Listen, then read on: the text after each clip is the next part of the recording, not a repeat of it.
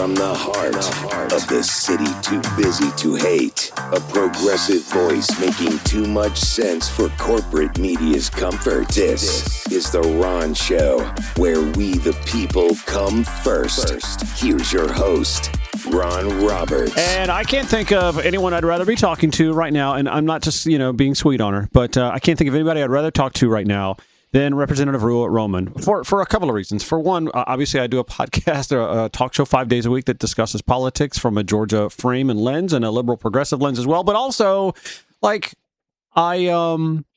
care about you. I adore you, actually. There's like a love for you that I have that I just, felt like I wanted to kind of give you a virtual hug, if nothing else, because I know that this is, not where you wanted to be at this point in the campaign, coming to a suspended portion of your gubernatorial campaign. How are you?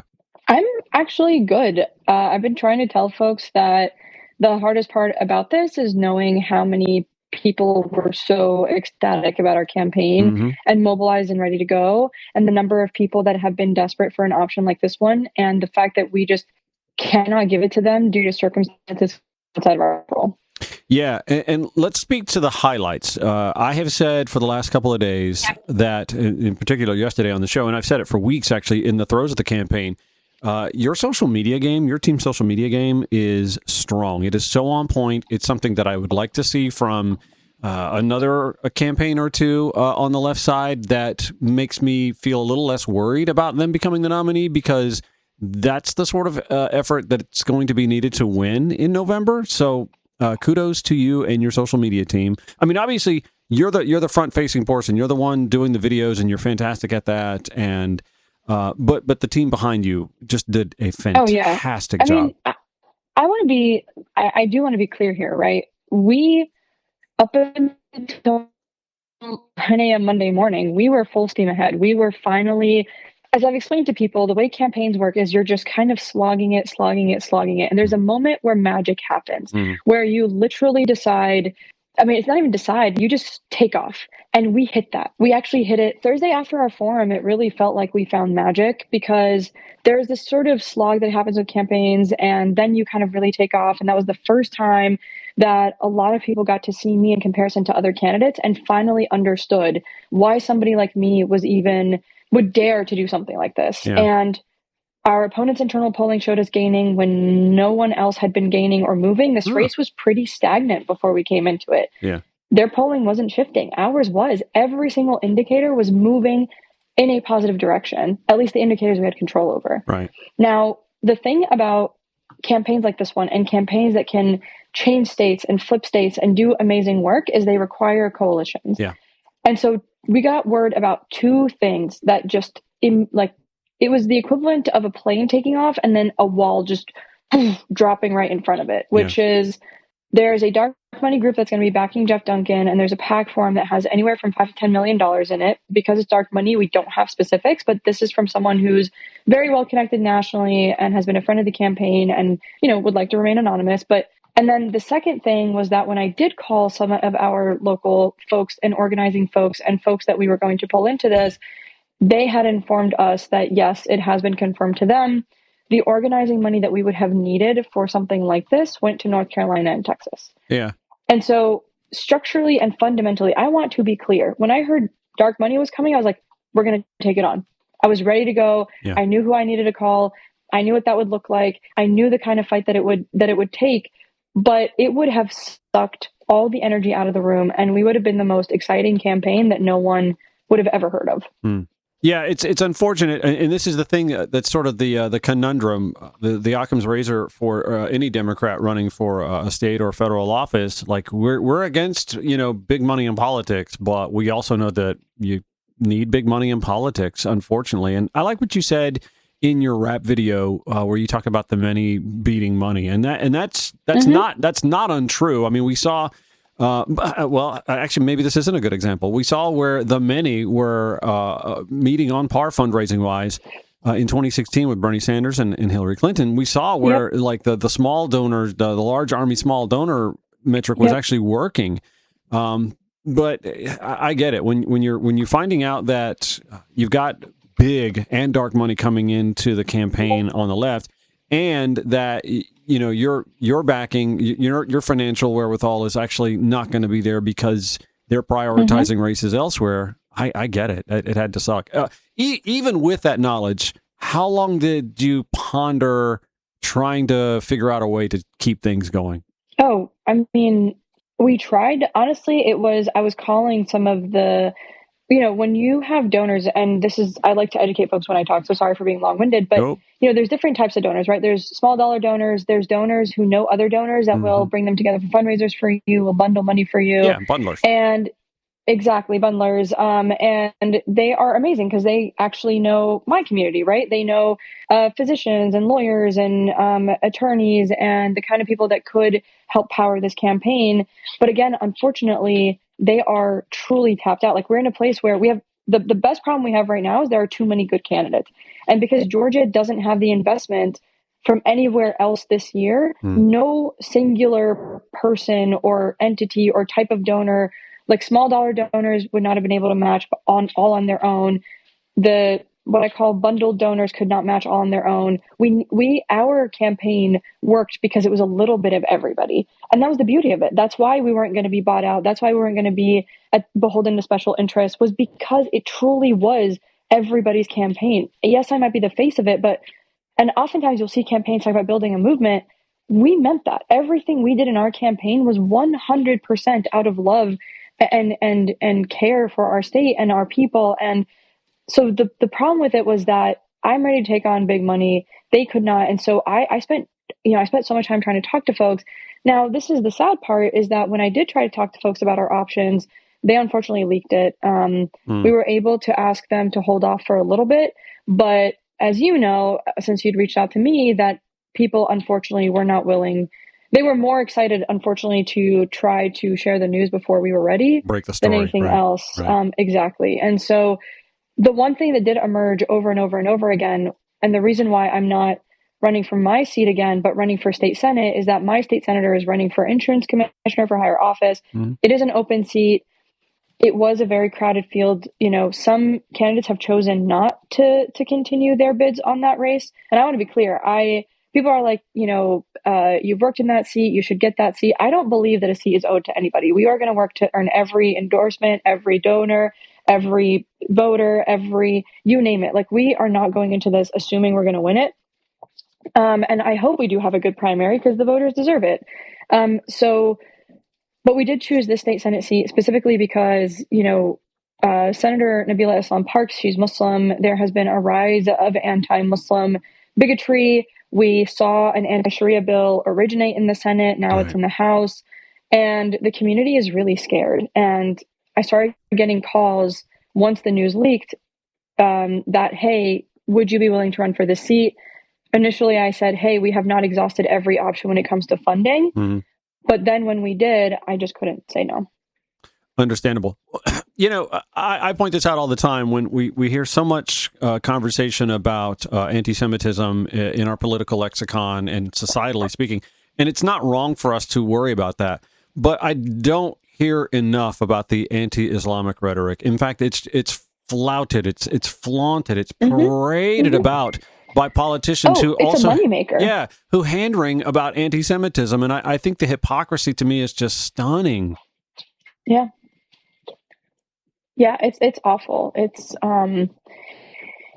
is a situation where, unfortunately, I think that some people have really turned this into a business, and kind of turn it into a real moneymaker for themselves. I mean, truly, when I was at the Council on American Islamic Relations, CARE, which is a Muslim civil rights group, right? I mean, the way that some of these people talk about CARE, you would think that it was some of the most nefarious people. And I think back on how it was 5 of us trying to fight back against the Trump administration in his first term. You know what I mean? Yeah. It's wild to me the way they talk about us, and how acceptable it is. You have the majority leader in the Senate right now openly talking about stopping the quote unquote Muslim takeover of America, when we're less than 2% of the population and can't even get the government to stop dropping bombs on our families. So it's strange to me that this is the perspective that they take.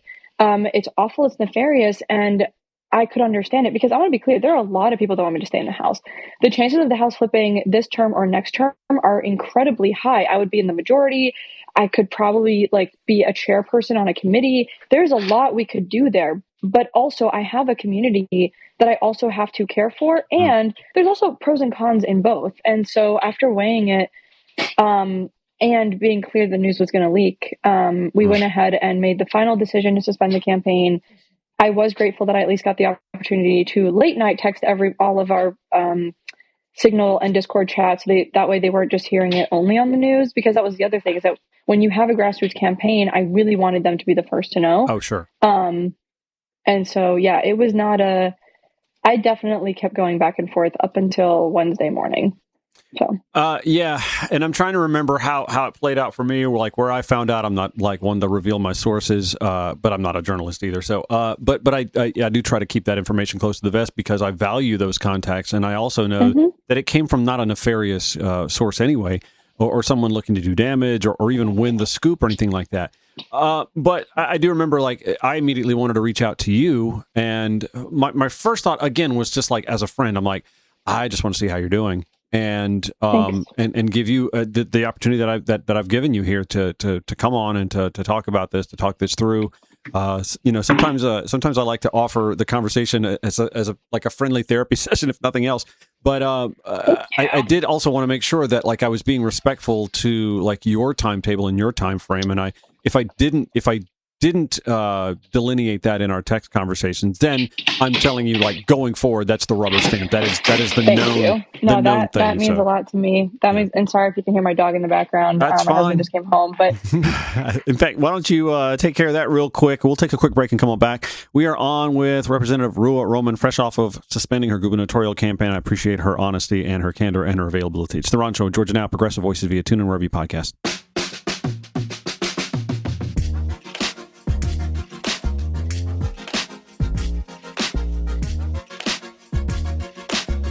Back with Representative Ruwa Romman giving us her first post-suspension of campaign interview, and I appreciate you doing that. No, it's an emotional decision. This is an emotional time. I just appreciate you making yourself available. Here's the thing.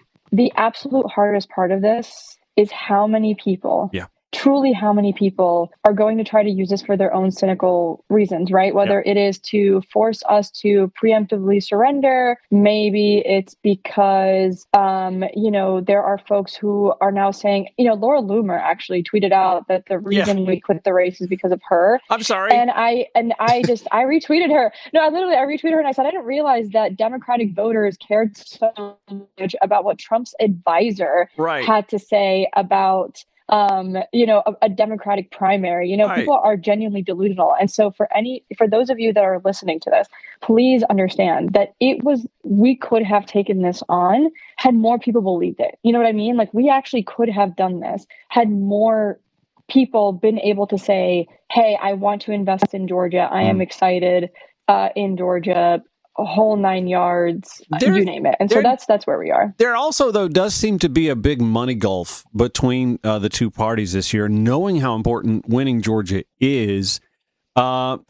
What is the problem? Is it that we've got a Senate campaign, obviously, that is vastly important to potentially flipping the Senate? There's almost this presumption that we'll retake the House, I guess. Does that eat up all the oxygen in the room? Because I'm not even seeing eye-popping numbers from the big four candidates running for governor. It just doesn't, there's a huge gap That's between. Why we knew we had a path. No one had enough cash on hand to be competitive. So this is actually another technical piece of it, right? Usually, if you want to be an insurgent competitive candidate when you're outnumbered, you either sort of have the progressive lane and you go grassroots, or you spend a lot of money and try to get your name ID up.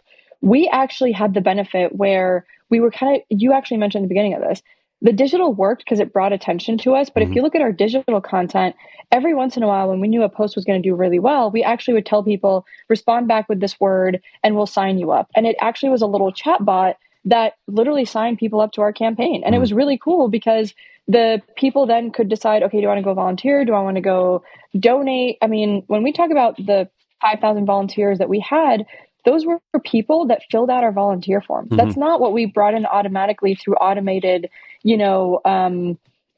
Those were people who very intentionally said, I want to Ruwa, that number keeps changing, by the way. I mean, every time we talk, like it was 1,200 like 3 months ago. It was 4,000 just 2 days ago. Are you telling me you had 5,000? You had another 1,000 people sign up in the last few days, even though that your campaign came to it? This is crazy, these numbers. No, this was like in the past week. That's what I'm saying. Wow. That's what I'm saying. Remember how I said like we were going to surge? We had 1,000 people sign up to volunteer with us. Wow. In a small amount of time.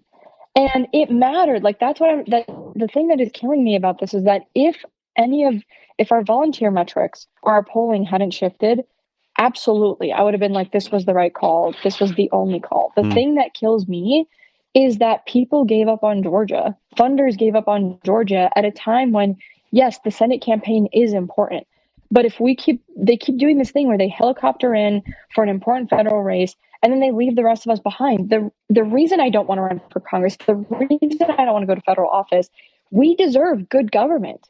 Yeah. I don't understand why the only thing that Georgia's been good for a lot of people is just a vote in Congress. We actually deserve more than just being a vote in Congress. Mm-hmm.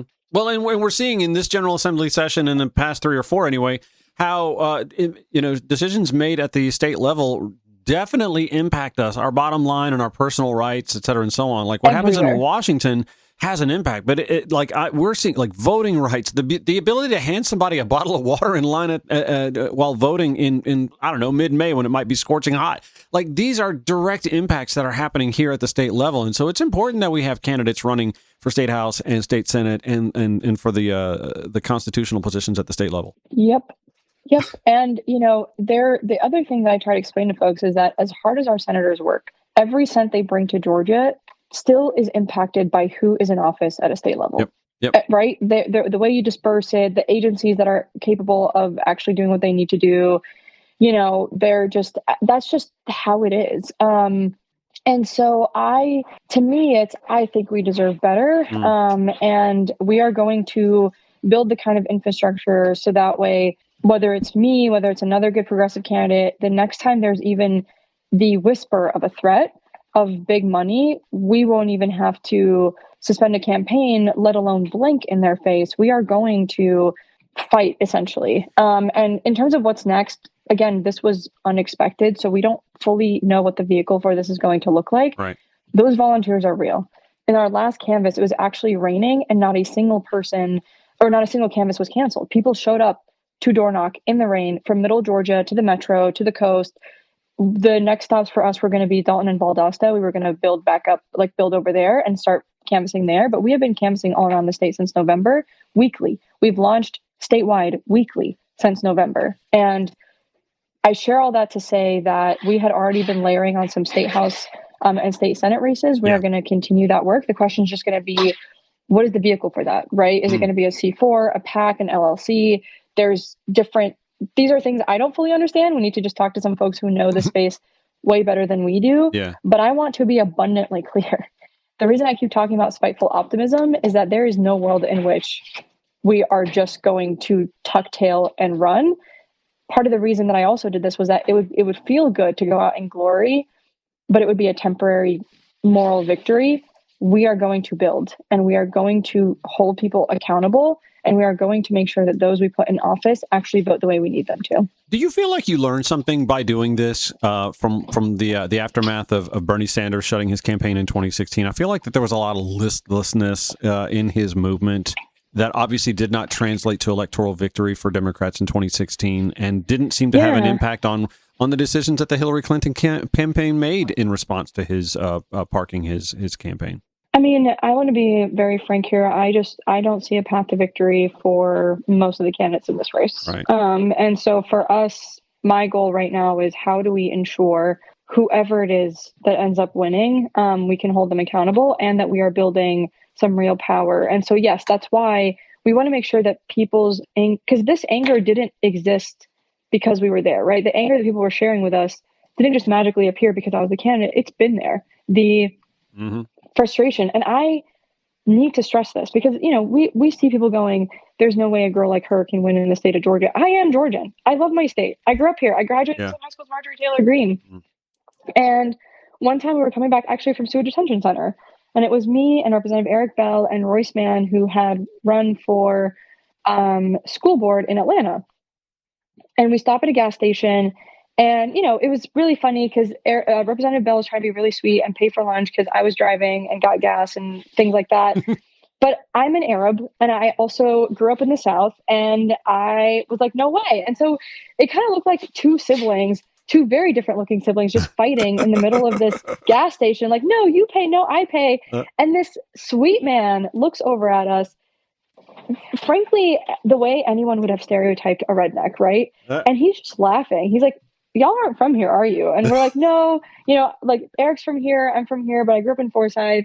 He's like, what do y'all do? I'm like, well, we're actually state representatives and I'm running governor. And he goes, governor of where? And I go, Georgia. And he was like, what do you? And so we start talking, right? And I hand him my lit.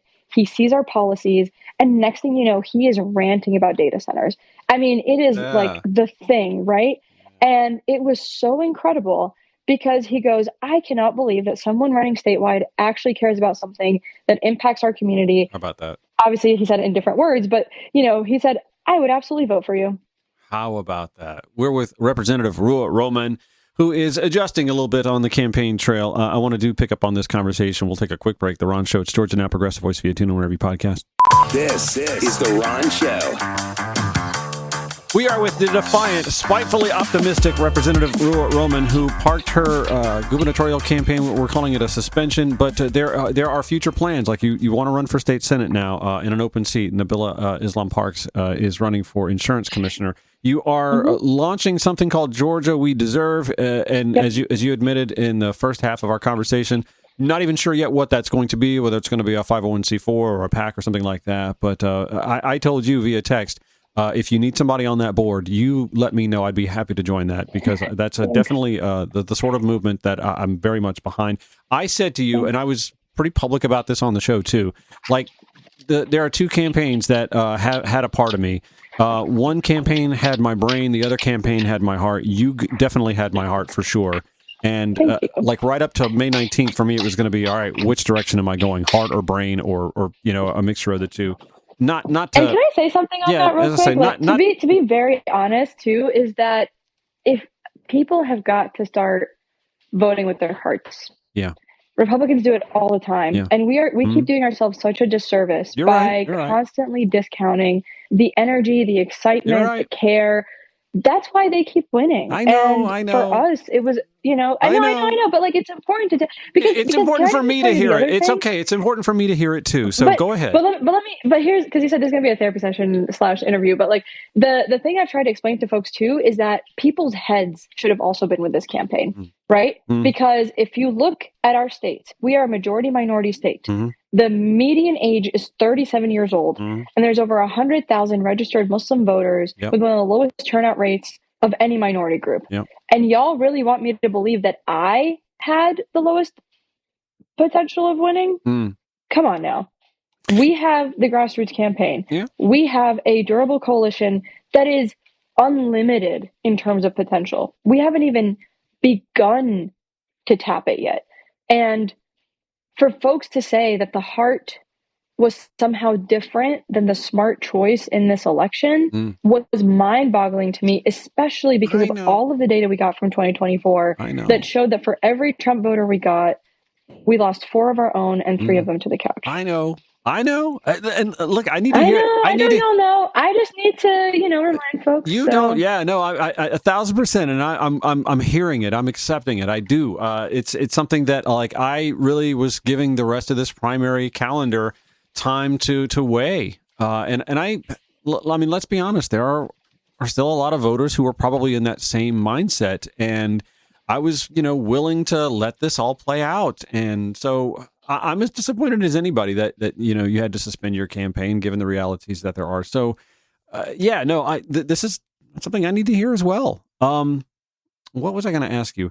You said earlier, the anger has always been there, and I think that that's something that we don't focus enough on the left.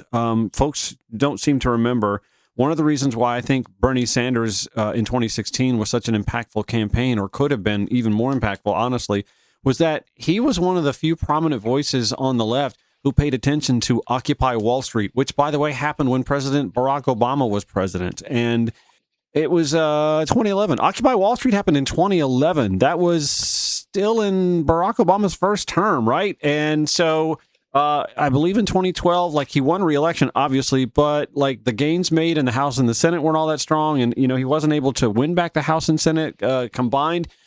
This is something that I think the establishment within the Democratic Party needs to understand. The anger has always been there, and it's yet to be answered to. I think that we saw populism on the right win out in 2016, and that overtook the Republican Party. And look what else it also overtook, And Democrats still haven't answered for that.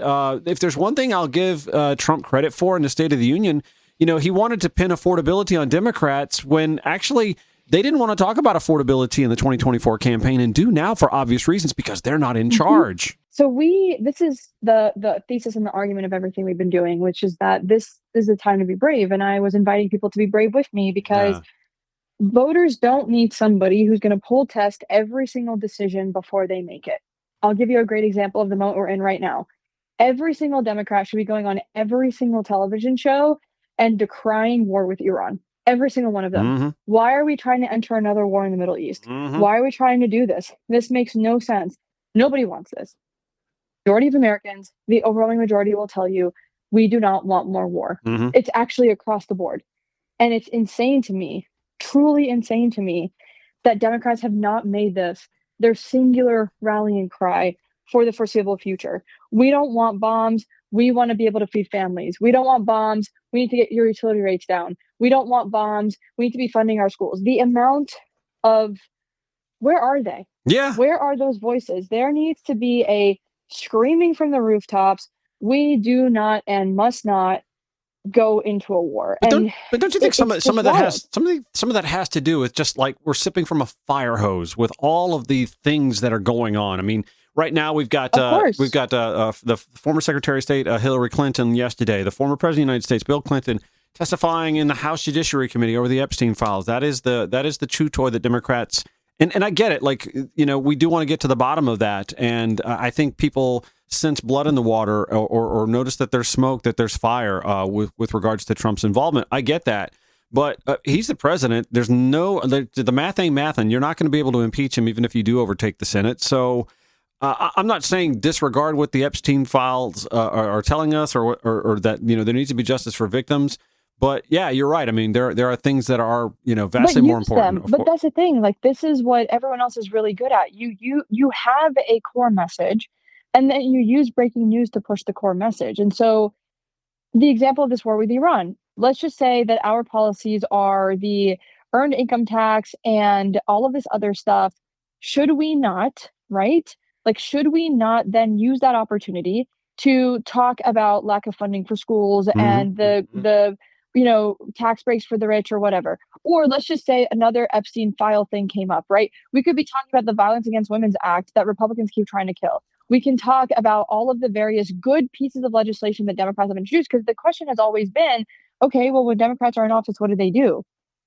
We know what it's like in the minority. We've been in the minority for a long time. And the thing that I've actually been pushing my colleagues on is introduce the damn bill anyway.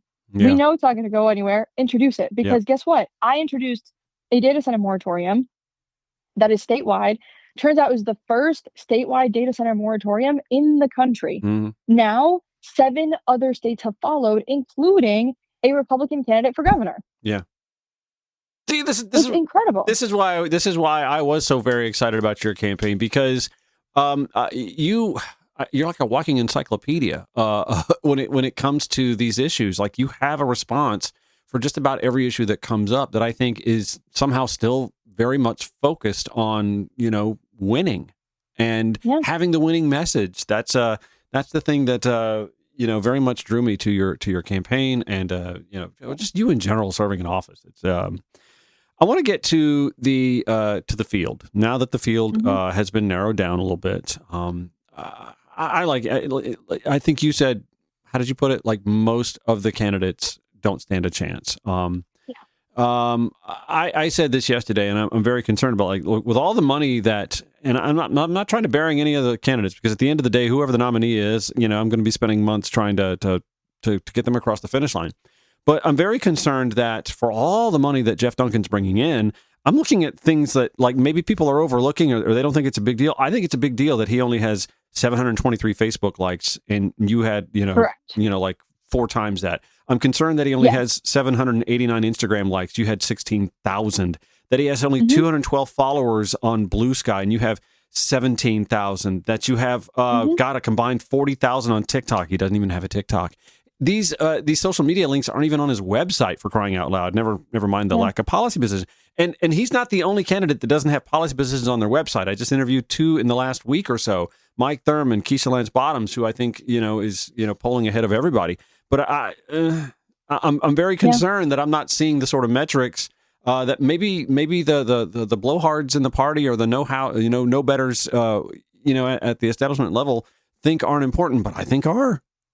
Yeah, no, they are. They are absolutely important. And again, there was no ego here. If I did not believe that we were competitive, we would have never entered this field. But also, this is also a uniquely weak field. We've tried to tell people this. We've tried to get people to invest in this. And at the end of the day, we have chosen to at least, because we want to focus on Georgia we deserve. We will not, for now, unless anything big changes, will not be endorsing in the gubernatorial election cycle. I am very comfortable in, however, saying anybody but Geoff Duncan.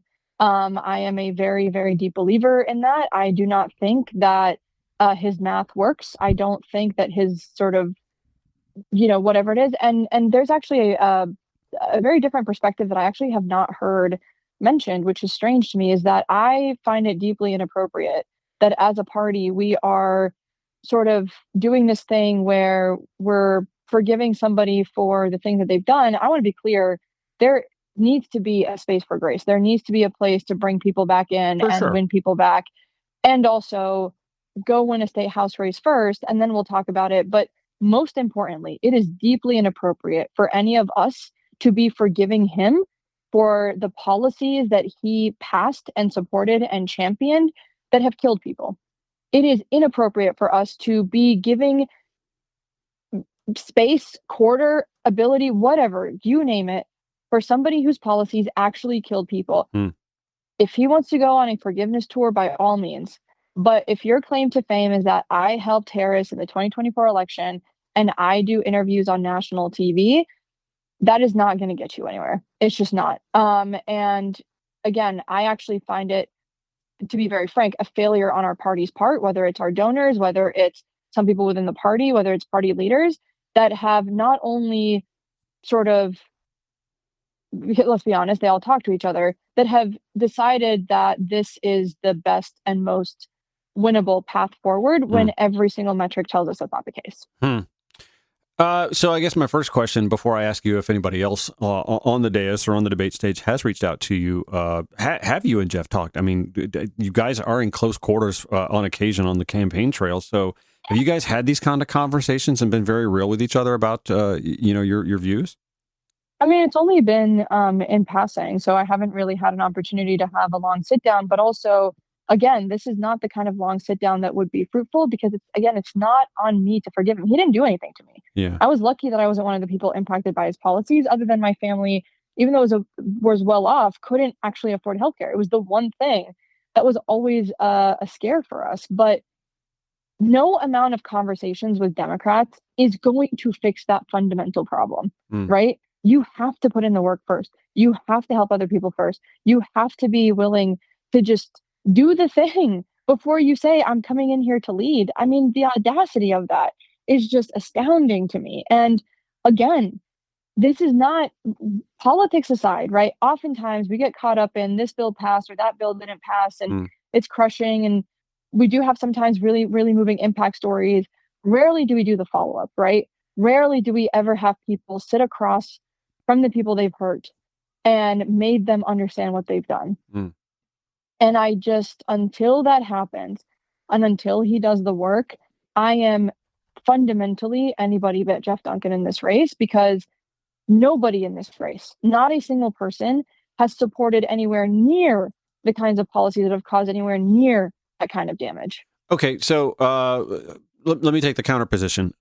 If it's anybody but Geoff Duncan, why not support someone that is viable, that isn't Geoff Duncan? Then I know, and again, I know this is all still so fresh. You haven't fully decided. They don't. At the end of the day, like the people who I think are most viable, I mean, the one other person who I think is most viable doesn't really need our help. And I don't see that our, unfortunately, volunteers are in the space right now to keep doing the lesser of two evils or whatever the case may be, which is why and to be clear, it's not even a shift. The entire way that we built this campaign is around how do we build infrastructure and truly win for all of Georgia. So we're just continuing the work that we're doing, which is layering on state house races. Honest to God, the only difference was that there was a gubernatorial campaign people were also working for. Now it's just those races. So I feel like you've like tipped your hand a little bit. Who you think you believe that there's only one candidate that is viable outside of Geoff Duncan and winning the nomination? Mm-hmm. Okay. Okay. I mean, I'll let people infer what they will on that. I mean, unless people can magically fundraise $5 to $10 million between now and April to have enough time to get ads up and get their name ID up, no, I do not see how anybody could up their name ID enough to, one, go toe to toe with crypto money, and two, get to where they need to. So my follow-up to have you and Geoff talked, have other candidates reached out to you to, test the waters to see if you might be interested in backing them or throwing your support behind them? Or Geoff and Jason both tweeted about me. Mm-hmm. But I will say to Jason, that's his credit, he did reach out directly. I need to respond to him. I've just been swamped. But that's it. I haven't heard from anybody else. And again, that's fine. I mean, we are not in a space right now to just go, oh, let me give you all this infrastructure we built, because I can't. Like, even if I wanted to, that is such a deep betrayal to all the people that joined this for very specific policy positions that none of the other candidates have taken that platform on for themselves. Right? Like, there are key components of this. Like to give you an example, and this is another reason why I actually fundamentally believe Geoff Duncan is a weak candidate. We were down in Savannah for a forum with the AME. And at one point, I mentioned how I had introduced a data center moratorium and how it was actually very much a milquetoast position because it was temporary. It just gives us and buys us enough time to put into place the policies that will actually protect us before we permanently alter the landscape of our state. And Geoff Duncan stands up and goes, everyone pull out your phones, see the social media that you all love. If you want social media, then you have to have data centers. Okay. Well, I mean, I guess that's easy when you only have 719 Facebook followers. I keep going back to that, unfortunately. But I did almost make a joke of like, do you hate social media? That, anyways, it's fine, whatever. But like, and that's that's clear. It's funny but here's actually exactly to your point. If social media disappeared tomorrow, and if like some crazy thing happens and TV disappeared tomorrow, Democrats we are would be the screwed. front runners. Well, you know what I mean? Yeah, like, but I also think Democrats would be screwed too, because Obama won the presidency in large part because of social media use, and you can't just shirk it now. I just don't think it's possible to do that when it's still available. Like, that's the beauty of our campaign. We had both, right? We had people on the ground and we had people online, and it's not as if it was a dependency thing. It was just exactly what you said. We have to reach people everywhere all the time. Yeah. Listen, this is a very real conversation, an uncomfortable one for me because, there are some reality. It's like going to church and the preacher's not just confirming what I believe, but also pointing back to some things that I need to hear as well. I appreciate that. And I appreciate your availability and your honesty. You're very candid. That's one thing. Listen, you can't accuse Representative Ruwa Romman of not being candid. We will pick up on this conversation when the Run Show returns. It's George Now, Progressive Voice via TuneIn wherever you podcast.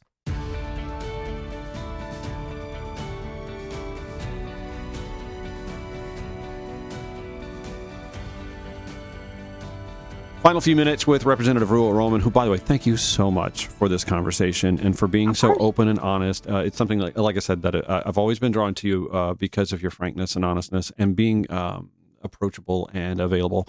So back to 2016, one of the things that I thought was sort of hard for Bernie Sanders, Senator Sanders, to do at the time was to tell his sizable army of followers, no, you got to get behind Hillary Clinton because, threat to democracy, blah, blah, blah, blah, blah. But the Hillary Clinton campaign didn't do the part that needed to be done as well. Like there was two sides of the bridge that had collapsed between the factions, and the Sanders campaign is reaching across to try and, grab the hand and join hands. And I don't feel like the other side did that. And so that's why, like when you talk about your 5,000 volunteer army and your campaign staff and those who were pledged to vote for you, like it's incumbent on the other side, the folks on the other side of the Gulf, to do the outreach, and by more than just tweeting or leaving you a text message.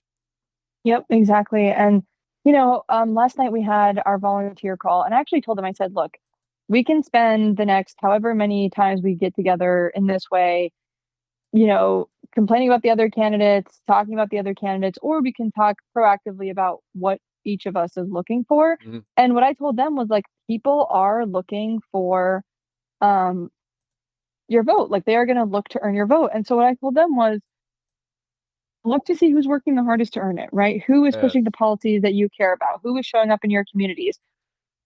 Who is willing to make the investment? Who is willing to, like, really have the tough and difficult conversations? And I think that, to me, and this is why I don't want to back a candidate, because I think that our people deserve the right to be courted. I think people deserve the right to be competed for. And why would I take that away from them?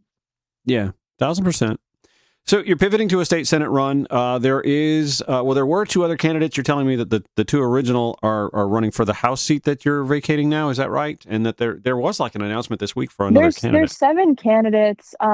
So the person that I had originally endorsed, Joe, very kindly and graciously is stepping down to run for my seat. Okay. The slight complication there is that there was another gentleman named Geoff who has been running for my seat. And what I have told everybody running for my seat is that I'm trying really hard not to be a kingmaker. I think voters deserve the right to vote for the person who worked the hardest for their vote.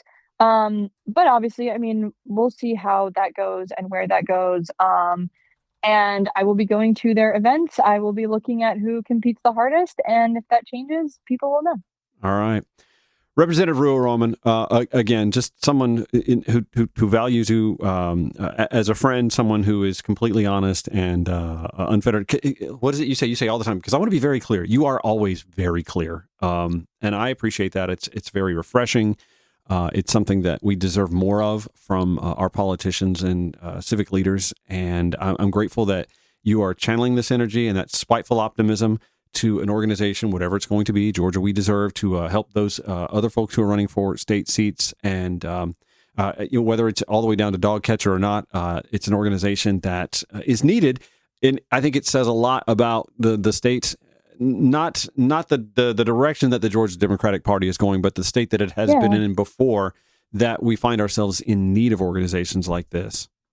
Exactly. Anyway. Exactly. And that's the hope. The hope is to fill a need and keep working as hard as we can and I meant it, for a Georgia that we can afford and where we all belong. One where our coastlines aren't sold to Georgia Power and they can just cut down trees willy-nilly, where families in Sparta don't have their homes taken away. Yeah.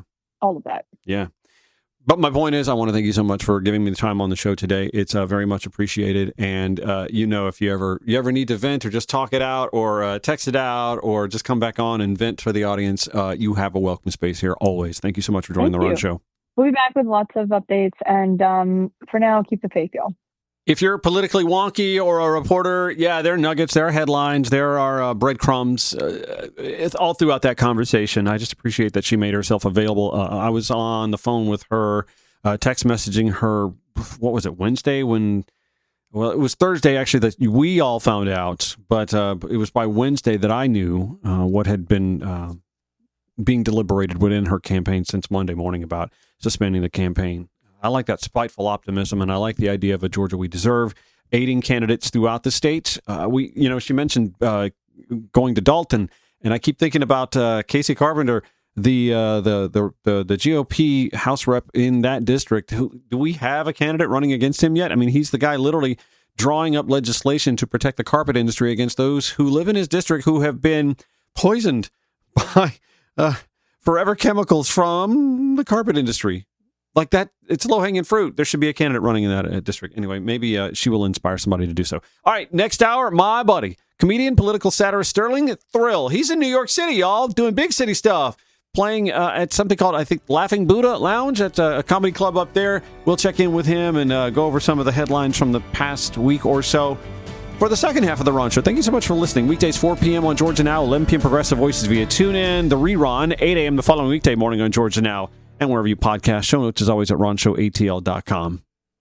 From the heart of the city too busy to hate, a progressive voice making too much sense for corporate media's comfort. This is The Ron Show, where we the people come first. Here's your host, Ron Roberts. Joining me from New York City. That's right, New York City. It would be my friend Sterling Thrill, comedian, political satirist. Remind me again, what are you doing in New York? It's work, right? There's some work. Man, I had some work. We shot something yesterday.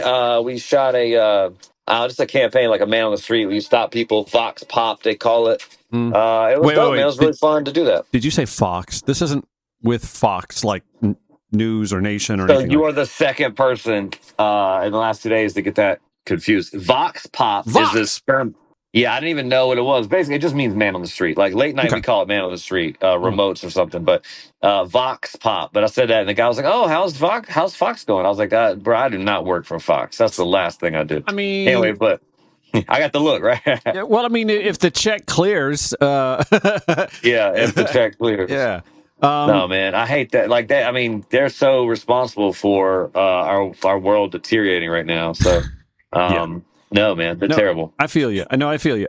So up there, you guys, they've been dealing with the blizzard, right? I mean, they were buried in snow for a while. How is Mayor? Oh, I see it. Yeah, how is Mayor Mom Dom doing getting the streets and sidewalks cleared for everybody to get around? Man, they are paying people $30 an hour to shovel snow. And dude, I was like, I got some time on Friday. Right. Maybe I get a shovel. $30 an hour. That is some socialism. I mean, let's go. Let me tell you something else too. The fun thing about just being in Manhattan, there's so many like beautiful looking people, just good looking people. And so these guys are just carrying shovels. They look like models. And I was thinking, they might be like a model, an actor or singer or something, just up here catching, thinking, I earned this $30 for this gig while I'm in between gigs. So next time you see a hot dude with a shovel walking by, I want you to stop him and ask him what his OnlyFans is.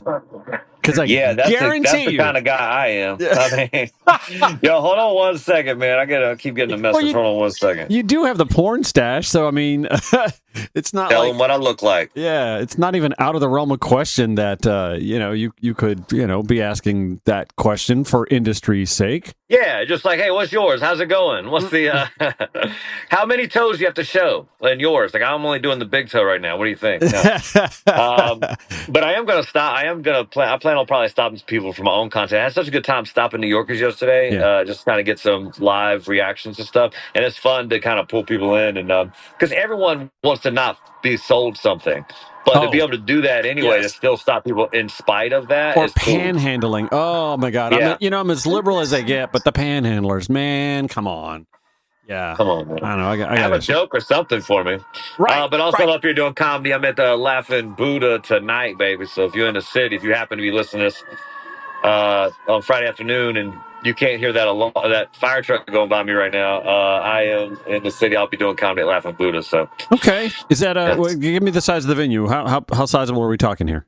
I mean, listen, it's not the size of the venue that counts. It's the location. It's the fact that it's next to Madison Square Garden. Oh, okay. I would spit on the garden, but it's I don't know, man. Probably I would say 70 people would fill it up pretty good. Yeah. I'm guessing, actually, no. I'm probably closer to 50 to 70 people. That people who don't go to New York City don't understand. Restaurants and venues are smaller in scale. Yeah. Clubs, bars, they're smaller in scale because they're not in strip malls. They're confined to buildings on city blocks. And it's and of course, they have fire codes there.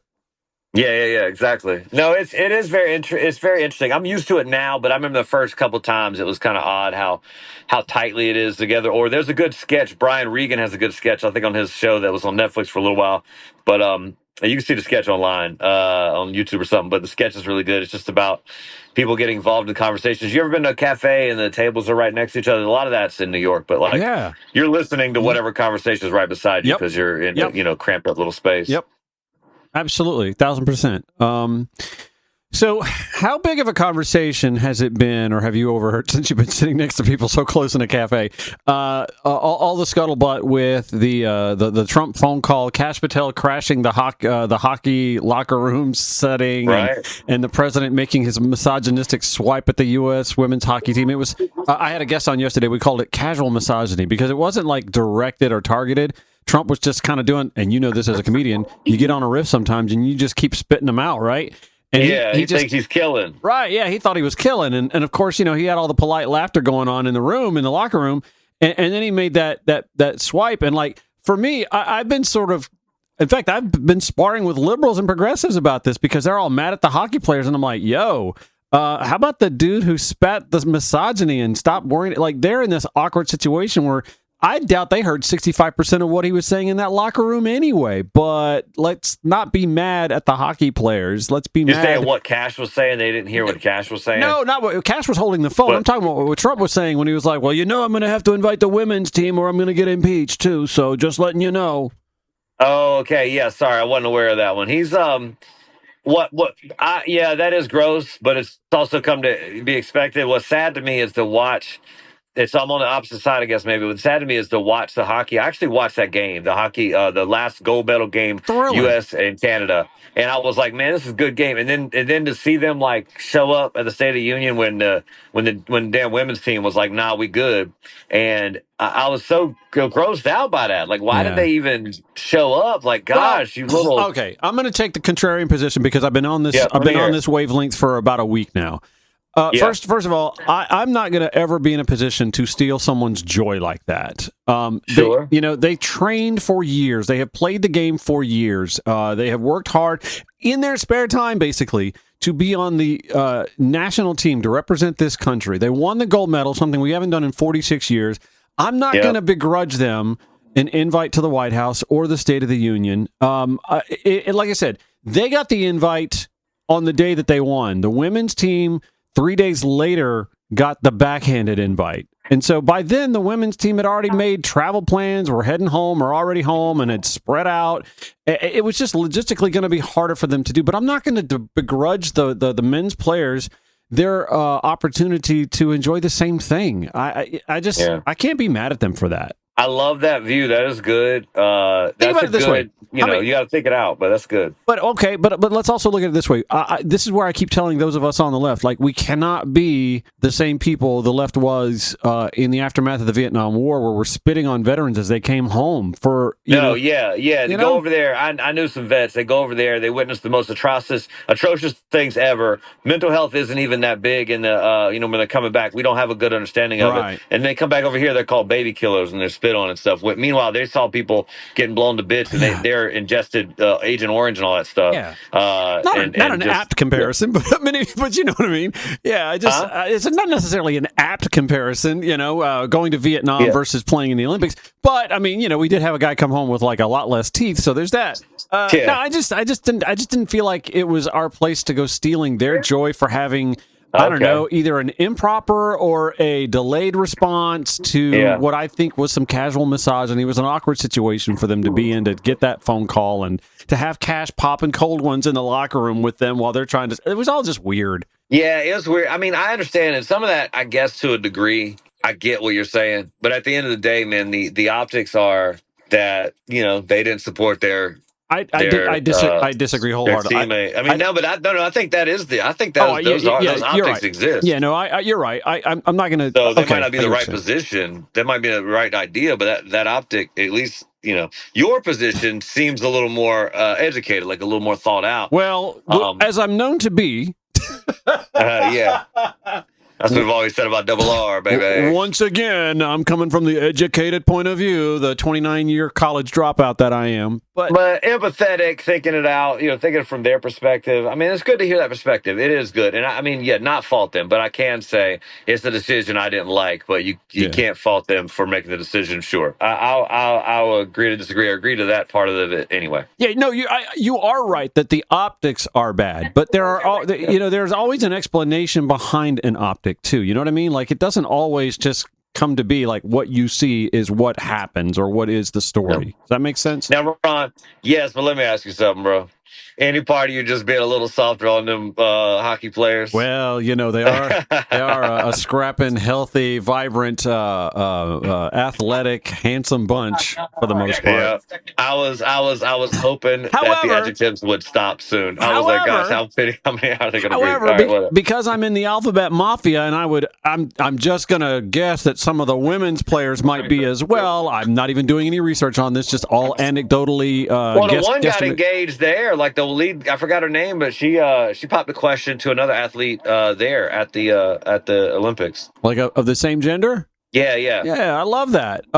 So I mean, like, if I want to keep it in the family, I would actually probably be more apt to want to defend them, and I do defend the women. Like, I think their response was also appropriate. Like I said, 3 days later we get the invite. We're already home. A lot of them have already left Italy to come home because they're done already. They're not all going to walk in the march back into the Olympic Stadium for the closing ceremonies. They're playing on professional hockey teams too.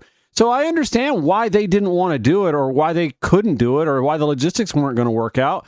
I completely understand. I'm not going to deny the men's players their once in a lifetime opportunity if it's there for them. That's just how I am. Like, I don't know. That's how Ron rolls, baby. I would like to think that if I did something courageous or heroic or whatever, and that ain't likely. But if I were, and Dimwinkle wants to invite me to the White House to give me a presidential Medal of Freedom, would you take a Medal of Freedom from Donald Trump ass? I probably would say no to it. But I'm saying I can't blame most people for wanting to accept. It's a once in a lifetime thing, and you're like, I think I would like frame the invite. I think I'd frame the invite. Okay. Like, this is what I could have. If it was somebody who wasn't an evil dictator, this is where I would have gone. But I didn't do that. I think I might even make a medal out of it or something. I would do. I'm just me sitting over here on a park bench on the High Line, like with no skin in the game. That's what I think I would do. Yeah, no, I got you. That's fair enough. We are doing my weekly visit with good friend, comedian, political satirist Sterling Thrill. More on him at sterlingthrill.com if you'd like to book him for a comedy special, or maybe something virtual for some team building with your group or business or organization. In fact, we're going to take a quick break and come on back with him. Thank you so much for listening to the Friday Ron Show on Georgia Now, Progressive Voice via TuneIn or wherever you podcast.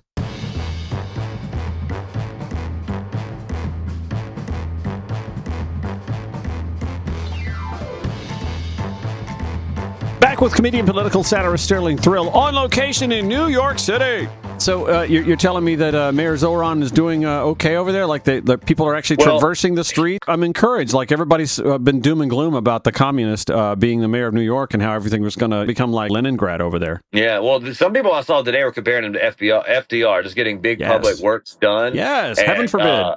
Yeah, exactly, and the success that's having. But so I think he's doing good. But more importantly, he met with Trump at the White House yesterday, and so yesterday ICE detained a Columbia University student, and then within hours, Mamdani had a conversation with Trump, and she was released out of ICE custody. How about that? And I don't know what card he plays. I don't know what it is. I know that I've had a conversation with someone recently, and I think you and I talked about this too, but someone else I was talking to yesterday was just like, he likes to be around powerful people that people like. If you're likable, if you're popular, if you look good, if you have money, if you have these things, Trump wants to be a part of that world. So I don't know what it is with Zoran, because he definitely calls him, communist and all that stuff, but he's amused. He's appreciative of him. He gives him what he wants, essentially, if he doesn't ask for too much, I guess. I don't know. And I feel like Zoran knows how to play him. Like, I feel like Zoran knows how to get the things he needs on. I know it's like he reserves his asks for like the big asks or something. I'm guessing that's just a total, what are you thinking about the situation? So also my friend Ludwig, who he's also in the Alphabet Mafia, he swoons over Zoran. I think there might be a little bit of a man crush thing going on. Maybe Donald looks at him. He came away, like, he left the White House the next day after Zoran was there, dressed exactly like Zoran was when he was there the day before. Had his fit, bro. He had his look, he had his drip, dude. It was like, okay, that's gay. I can speak from a point of perspective that. Well, let me ask you. You were saying something there. Can I ask you this? What am I? So you say Alphabet Mafia. Am I allowed to use that term? Why not? I like it, because sometimes I'll say the community, because I'll be honest with you, I'm ally, I love you guys all together, but like, that's a string. You should make an acronym. Why have y'all never made an acronym? That's a string of letters that's so annoying to say, but I'm like, I love Yes. you. Yes. I love your rights to live how you live, Yes. but like I don't. This name is ridiculous. I So know. Alphabet Mafia, I like. I know it is a lot of letters, and I feel like we keep taking more and more. Yeah, just keep towing up letters. I mean, it's like when how do you pronounce it too? Legitibiquia. I mean, yeah. Look at it, Biquia. If you you say it too loud, and you're gonna have some some Nubian princess stop and be like, yes, what you want. I'm married, or else I would be like, oh, let's go that way. So I'm waiting at the comedy club yesterday. In the comedy club, there's a bar, and the comedy club's a little room inside this bar. Yeah. And so I'm waiting to go on stage. So it's not like a traditional green room, but it's just like a bar. So I'm waiting, and I'm sitting at a couch. This is a cool, swanky bar. And this girl comes up to me. I've never met her before, and she comes right up to me, and she kisses me. What? She kisses me. On she where? nibbles on my ear, and then sits on my lap. Hang on. Where did she kiss you? On my mouth. Yeah, this girl comes up, kisses me on my mouth, nibbles on my ear, and then sits on my lap. You had the ring on? Now she was a French bulldog, but she was. This bartender she owns the bar, has a dog just in there. It's the cutest bar dog, and so I didn't know the dog. I didn't know whose dog it was. The dog just came up and just jumped on my lap and kissed me and bit on my ear and stuff. I was like, whoa, I'm married. Okay. I'm sitting over here ruining the joke. Be like, ring finger on the mouth. What happened here? Yeah, what happened? Yeah. No, it's totally no, but that literally did happen. And here's the thing: I wouldn't have minded it so much, but dog breath did kind of stank. But it was cute. It was sweet to have some loving in the city that I don't have to get in trouble for when I get home. Yeah, and you know what? When I go hang out with my friends Ludwig and William, I always have these dudes laying in my lap and whatnot. It's the same thing, but it's their dogs, and it's a big beefy blonde. I'm always about a big beefy blonde, and that's Moose. What about a dude named Moose? Wouldn't be hot, right? Except for it's a dog. But my point of reference is actually there's a professional wrestler named Moose. Yeah. I know you're a big wrestling fan. But for Total Nonstop Action Wrestling, and so I'm just thinking, but Moose doesn't fit that characteristic at all. Moose looks entirely different. He's an ex-NFL player. Yeah. He's big and beefy, but not a blonde. He's a totally different. And then there's the other dog, Bruno, who is a little black French bulldog, right? And I love Bruno and Moose equally, right? They're both like my little nephew dogs, or god dogs or whatever. But Bruno looks so much like my friend Ludwig in the face that I can't think that he's hot because he looks just like. And not that I'm saying that Ludwig isn't hot to me because like we're friends, you know. You ever have like a hot friend that like at one point you were attracted to, but now once they've become that friend zoned thing, you're like, oh, I couldn't do it. That's disgusting. I mean, I did, but then I married her. Like, I never fully was like, that's disgusting. Gotcha. I was like, nah, I'm good. I'm fine. I had a friend, and, we were good friends, and then I was dating this other girl, and then I was like, you know what? I think I'm in love with my friend. So I told my friend. My friend was like, no, I'm good. And then I was like, took that rejection to heart, and then me and the girl I was dating started working out, and I was like, oh, this is great. I don't even need that girl. Da, da, da, da. And then the way that story ends is I'm married to her now for 15 years next. In a couple months. So that's married to the friend. God, I can't believe it's been that long. Yeah, man. You were telling me too, because I wasn't feeling it for a minute. I was like, I don't know if I want to do this. And you're like, that's your heart. Let me tell y'all something about Ron. You guys, if you get to know Ron personally, Ron has never steered me wrong with relationship advice, which is odd. Because we don't play for the same team. And I'm divorced. Yeah, and you're divorced, but like you really haven't, man. You've always given me good advice, just in general. I think pretty much you pretty much have some good advice, man. So y'all, if you get lucky enough to talk to Ron in person, you'll get some good advice. I mean, he might try to steal your cat, but some good. That was actually my next question. Like, I follow this Facebook account called Bodega Cats, and bodegas are like a big city thing. Have you been in bodegas, and have you seen bodega cats in New York? Always in bodegas. I love them, but so before it was a thing, I rolled up on one, and I remember we were in Dumbo. And I rolled up on this bodega cat, and I was like, "Oh my gosh, that's just a big cat just in the." But then I realized it's a thing, and then it became like internet memes and stuff. But I might have one of the first bodega cat videos. It probably has 300 views or something from back in the day. But there's some fat bodega cats here, man, and bar dogs that are real. They're real Frenchy. I was definitely Frenching dogs. And what's really surprising about that, you think New York City, international city as it is and whatnot, like you wouldn't have dogs and cats in stores and bars, but that's like literally a thing in New York, apparently. No, it's very much. And then, this is like trend on trend on trend. I'm in Chelsea. Every neighborhood's got their own, vibes. I think it's Chelsea is like, it's like a lot of I don't know, trend, but a lot more money. And when you go over to like different parts of Brooklyn where it's super trend, a lot of money too, because everything's expensive here. But it's just different. Like I don't have the words for it, but the class is like, it's not as classist over there, but it's still uber trendy, and that's the class. Here it's like uber trendy with a lot of high class. Yeah, I'm saying that as a woman walking by. It just looks like $1 million.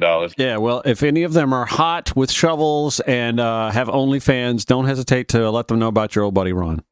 Just so you know, I'm not going to do any of that. But I just said you gave good advice, and you were like, "Bet, let me end this streak right now." There's a lot of things I do good, but anyway, yes. This is not helping. Oh man, is that another call? I got to take that. All right, learn more about Sterling Thrill, where he's performing, and tonight it's what is it? Comedy Buddha? Is that what the name of it is? Sure, why not? It's like Laughing Skull in Atlanta, but here it's Laughing Buddha. Laughing Buddha in New York City tonight, and of course, usually he's bouncing around the Southeast doing shows, and of course, it's always available for virtual appointments as well if you want to do some team building or some fun and games and some comedy virtually as well. SterlingThrill.com, dude. Have a great time in New York City, and I hope you kill at Laughing Buddha. Awesome, man. I definitely, man, I had a good set last night, so hopefully I have another one tonight. Man, I appreciate you, Ron. Thank you so much, dude. Hope you have a great weekend, and thank you all for listening and support. I appreciate y'all. Broadcasting 5 days a week to make common sense common again. This is The Ron Show. All right, just a few more minutes on the show for the day, for the week. Oh, so ready for a weekend. And yet I have like a billion things going on. Have I mentioned this before? I'm a residential real estate agent. I know I have. I'm just being facetious. But I'm also a softball coach, a softball player, and a softball coach in the local LGBTQIA plus league. Tomorrow we have league meetings. And as a coach / representative, former board member, thank God I don't have to do that anymore. I enjoyed it, but it's nice not to have that responsibility on top of all the other things I got going on between this show and Georgia Now and cat herding, those podcast shows that we contribute to Georgia Now, and doing this show and fielding guests and chasing down guests, producing the show. Residential realtor, I mentioned that, right? Running my own station, Audio Gay TL, which, by the way, I'm on simultaneously. Did you know that? Like, I'm on 2 to 6 p.m. on Audio Gay TL as well. So plenty going on. Got lots of coals in the fire. Lots of things to juggle at the same time. But I wanted to spend a little bit of time going into the weekend talking about some things that I think should be front and center as we head into the weekend when it comes to the state of the races here in 2026 in the state of Georgia. We talked a little bit with Representative Ruwa Romman, what factored into her campaign deciding that it needed to suspend itself. And money did play a pretty big role in that, and the ability to advertise and the marketing. And we're not seeing a whole lot of that. I mean, it's almost as if the Democratic candidates are just sitting back and watching as Rick Jackson and Burt Jones destroy each other. Oh, and the Georgians for Integrity destroying Burt Jones and Rick Jackson jumping in at the 11th hour. It's also notable, by the way, that Georgians for Integrity seem to be drawing down their advertising attacks on Burt Jones as Rick Jackson enters the fray. Like 2 ships passing in the night. Unrelated? I have my theories. It is on that note, by the way, let me go to the Politically Georgia blog today. The latest ad tracking numbers show the mysterious Georgians for Integrity group has now spent more than $17 million attacking Lieutenant Governor Burt Jones, and that might be it, they write. Ad data shows the group is putting another $1.3 million on the air this week, but no additional reservations are on the books for now. Billionaire Rick Jackson, meanwhile, continues to flex his financial muscle. He's already spent roughly $13 million on ads. Can you imagine that? $30 million on advertising. And a large portion of that attacking Burt Jones, the formerly presumptive frontrunner for the GOP nomination for governor. Anyways, $13 million on ads, another $2 million this week, and nearly $20 million more reserved in the coming weeks. And before those of us on the left sit back and relax and go, oh, go get Burt, Rick Jackson is building a name for himself and could be like the candidate Democrats, no matter who the nominee is, don't want to face in the general election. So there's that. Jones playing catch up, the AJC writes. He spent about $1.5 million so far. Wow. With another $7 million lined up in the future. To review, Burt Jones has about $7 million lined up in the future. $8.5 million total between the next week and another $7 million lined up in the future. $8.5 million. And billionaire Rick Jackson has lined up $22 million in the coming weeks. And if you didn't catch this, by the way, there have been efforts on the right to try and curb Burt Jones from using like his special kind of like leadership committee money. Rick Jackson did what Chris Carr, the attorney general, like the leading legal mind in the state, couldn't draft the kind of lawsuit that billionaire Rick Jackson managed to get pushed through to curb Burt Jones' ability to spend that leadership PAC money. Here's that story. Zach Merchant from 11 Live with the story 3 days ago. We have some breaking news to deliver right now for you, according to a statement from the Rick Jackson campaign for governor and a federal court document just obtained in the 11 Alive newsroom. A federal judge has just granted from the bench a temporary restraining order that will prohibit, at least for now, Lieutenant Governor Burt Jones, who is also a Republican candidate for governor, from using his leadership committee funds in his ongoing campaign for governor. I want to read you a few statements, and then we're going to give you some background on how we got here and what this all means. I'm going to start with this. This is the note from Rick Jackson's campaign team saying today, we're going to read their quote here. This is from Dave Abrams, a spokesman from Rick Jackson. Quote, a federal court today made clear that Burt Jones doesn't get his own rule book. Burt's already used his office to enrich his family, so it won't be a surprise if he tries to use it to cling to power. If he pushes a new law to try to save himself, that's blatant abuse of power, and Georgians will hold him accountable. There's that too. That statement continues. Burt Jones' campaign quickly responding with a campaign statement of their own from spokesperson Kayla Lott saying this, quote, we're not surprised. Rick Jackson is taking a page from Stacey Abrams' playbook using lawfare to target President Trump's endorsed candidate for governor. Georgia Republicans have already rejected that strategy, and they will reject it again. So the Jackson campaign, by the way, in that statement also brought up some new legislation that suddenly some of Burt Jones' allies in the Georgia General Assembly, they're trying to pass this bill that would prohibit folks who do business that have state contracts from serving in office while having those contracts. Rick Jackson's health insurance company, obviously doing some business with the state of Georgia. I mean, to me, that's a little ironic. I mean, you've got Burt Jones, while lieutenant governor, having enriched himself and his family while in office and passing some bills, getting them signed into law by Governor Brian Kemp that have benefited his family and their financial interests. But okay, so I just thought that was pretty interesting. I want to get back to what concerns me the most from the Democratic side. Democrats haven't spent nearly as much money in advertising. Aside from relatively small reservations from former Atlanta Mayor Keisha Lance Bottoms and former Lieutenant Governor Geoff Duncan, the airwaves are dominated by the GOP slugfest. Speaking of Geoff Duncan, they write, the Southern Regional Council of Carpenters Union endorsed Geoff Duncan this week in the Democratic primary for governor. We mentioned earlier that former NAACP, state NAACP chair James Major Woodall surprised many with that endorsement as well. Surprising in only that it wasn't just him saying, I'm going to vote for the guy, but him using his capacity as a former NAACP president was something that I've heard from some, inside and outside the NAACP, that they're a little disappointed that he sort of used that former office or that clout from being in that office in using an endorsement.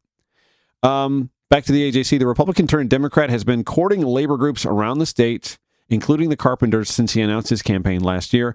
Kevin E. Griffin, leader with the union, said the group is confident that Duncan, quote, understands the importance of protecting workers' rights and strengthening pathways to opportunity. One last piece from the Politically Georgia blog. We're not seeing any polling because there's just too many people, right? And polls cost money as well, by the way. We're not seeing any polling on the 14th congressional district race. That is you've got the November race, right? Then you've got the primary between the two sides, but you've also got the special election happening right now. So we're not seeing. There's just so many races. I think it would be confusing to ask voters who they're voting for, and the voters would say, in the special election, the primary, or the general election, to which the pollster would go, I just make $15 an hour. Can you just tell me who you're going to vote for? Anyway, back to the Politically Georgia blog. They're writing about the Floyd County Republican Party holding a forum Thursday night for candidates seeking to replace former Representative Marjorie Taylor Greene. It appears the competition for the favored candidate is between former District Attorney Clay Fuller, Trump endorsed, and former State Senator Colton Moore, not Trump endorsed. And by the way, Marjorie Taylor Greene hasn't endorsed anybody. Despite having Donald Trump's endorsement, Fuller was narrowly edged out by Moore in a straw poll at the end of the forum. Moore received 46 votes compared to Fuller's 43. A distant third, Jim Tully, former party leader who also worked for Marjorie Taylor Greene, receiving 15 votes. I got to tell you, if you're a Sean Harris person or you're just a Democrat hoping that Sean Harris wins that race, that is actually a good sign. It's a good sign that there is no clear favorite, that there isn't enough of an enthusiasm advantage for any one candidate to take enough votes and clear the field, that you may wind up with such a heated divide between the Clay Fuller camp and the Colton Moore camp that Sean Harris does well enough to make the runoff, with the loser of the Clay Fuller Colton Moore camp finding themselves on the outside looking in that special election. And then you have to keep your eye on next week with qualifying, right? So who's qualifying for the primary of the, like, more than 18? There was like more than 20 initially, and I think they started dropping like flies. There are more than a dozen and a half totally running for the special election. Will there be that many eager Republicans running in the primary? We will find that out next week when qualifying begins. A lot of folks doing the ceremonial qualifying situation Monday at 9 a.m. I'm thinking about going there myself and talking with some folks who are qualifying. So, keep your eye on this position right here to find out if I decide to do that and make that a good bit of the Monday show. I'm going to take a quick break and come back. A friend of the show, Jay Bookman, wrote an op-ed about ICE, DHS bullying their way into communities that don't have the capacity for them. When the Ron Show returns on Georgia Now.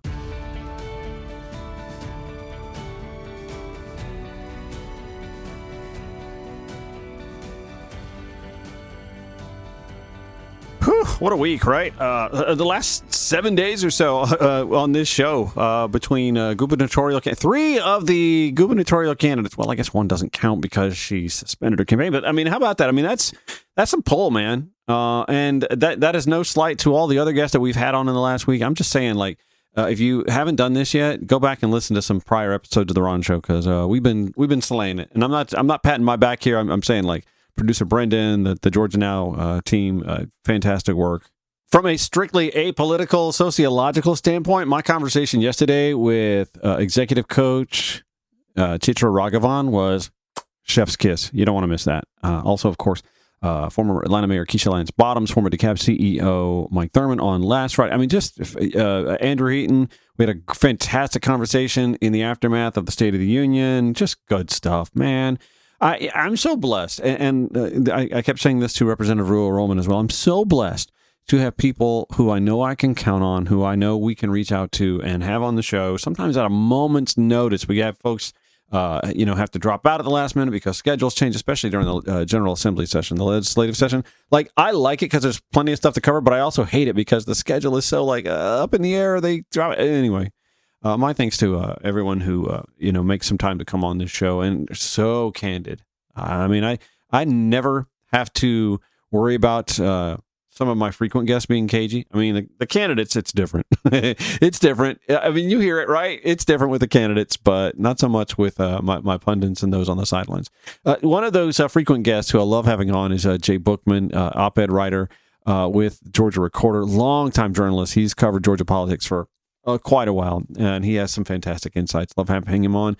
He posted a story in the Georgia Recorder that I'll share in the show notes at ronshowetl.com. He touches on the ICE bullying its way into these Georgia towns with plans to turn warehouses into detention centers. It is, well, first of all, it's a little weird that we're taking warehouses that aren't built to be like prisons, and suddenly we can turn them into detention facilities, thinking, we can totally do that. Nobody's going to escape that, right? Okay. He writes, the largest prison in the state is located in the town of Jackson, Georgia, in Middle Georgia. It's a state prison with a capacity of 2,200 inmates. You heard me. 2,200 inmates, he writes. The new prison that the federal government proposes to open in Social Circle, about 40 miles southeast of Atlanta, would house 4 to 5 times that many. According to Immigration and Customs Enforcement, it will soon store as many as 10,000 people. I like that he used that word, by the way, store. As many as 10,000 people in a converted warehouse in that community, a decision it claims to have made after a, quote, thorough due diligence process. Laughable. Prior to purchasing the property for 5 times its assessed value. Again, I ask, where the is Doge? Back to Bookman. But as we've been shown repeatedly over the last few months, ICE lies. It lies a lot.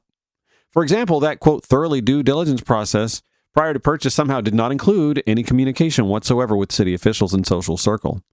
That small town of roughly 5,000 people is now expected to provide sewage treatment and other services for the detention camp, but city officials say they simply lack the infrastructure to provide such services. This quote, documents provided by the Department of Homeland Security indicate this detention facility alone would have a sewage demand of 1,001,683 gallons per day, Social Circle officials said in a statement last week. The city's current wastewater system processes 660,000 gallons a day. I mean, that is little more than 60% of what this warehouse is going to need on its own. Anyway, the city's current wastewater system processes 660,000 gallons a day and is already operating at capacity. It cannot accommodate an increase in usage of this magnitude. ICE is like, whatever. Water is also a major issue, Bookman writes. According to the city, the total additional water demand required for a facility of this scale simply exceeds what the city's system is capable of providing. Supplying that volume would require substantial infrastructure expansion, new permitting, and significant investment that does not currently exist. When city officials asked whether DHS would provide financial assistance for such upgrades, representatives did not have an immediate answer. They spent 5 times as much for the warehouse than the warehouse is valued at. Again, where's Doge? But don't have any money that the city needs for upgrades to meet the demands that DHS and this ICE facility are going to lean on the city to provide. Back to Bookman's piece and this quote from the city of Social Circle. To be clear, the city has repeatedly communicated that it does not have the capacity or resources to accommodate this demand, and no proposal presented to date has demonstrated otherwise. Bookman says, yet somehow DHS says it intends to have that massive new prison staffed, retrofitted, and housing thousands of inmates by May or June. Incidentally, Lexi Doherty, running for Congress, posted a graph.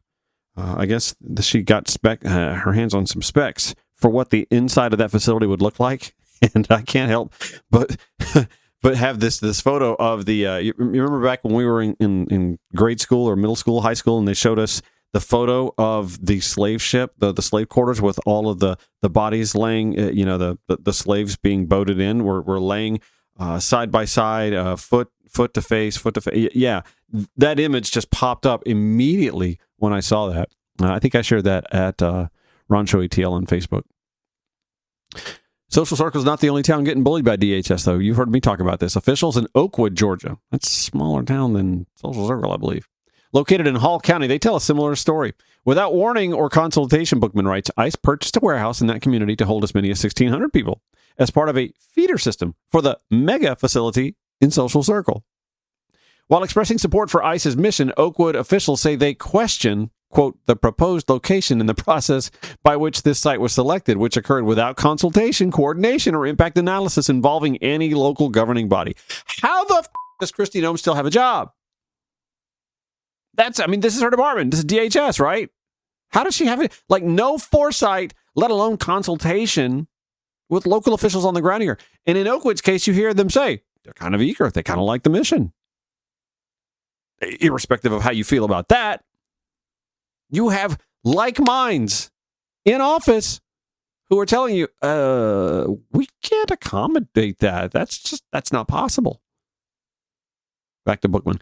They also say they've seen, quote, no infrastructure impact studies, including sewer capacity, allocation, and long-term system planning, and, quote, no public safety impact studies, including the cost and operational burden on the Oakwood Police Department and other emergency services. City officials also cite, quote, economic disruption to Hall County's large Hispanic community. Oh, there you go. which is an essential part of the workforce supporting local industries, small businesses, and the broader consumer economy. This concern is both economic and human in nature, and it deserves thoughtful consideration. You think? Bookman writes, ICE doesn't do thoughtful consideration any better than it does truth-telling.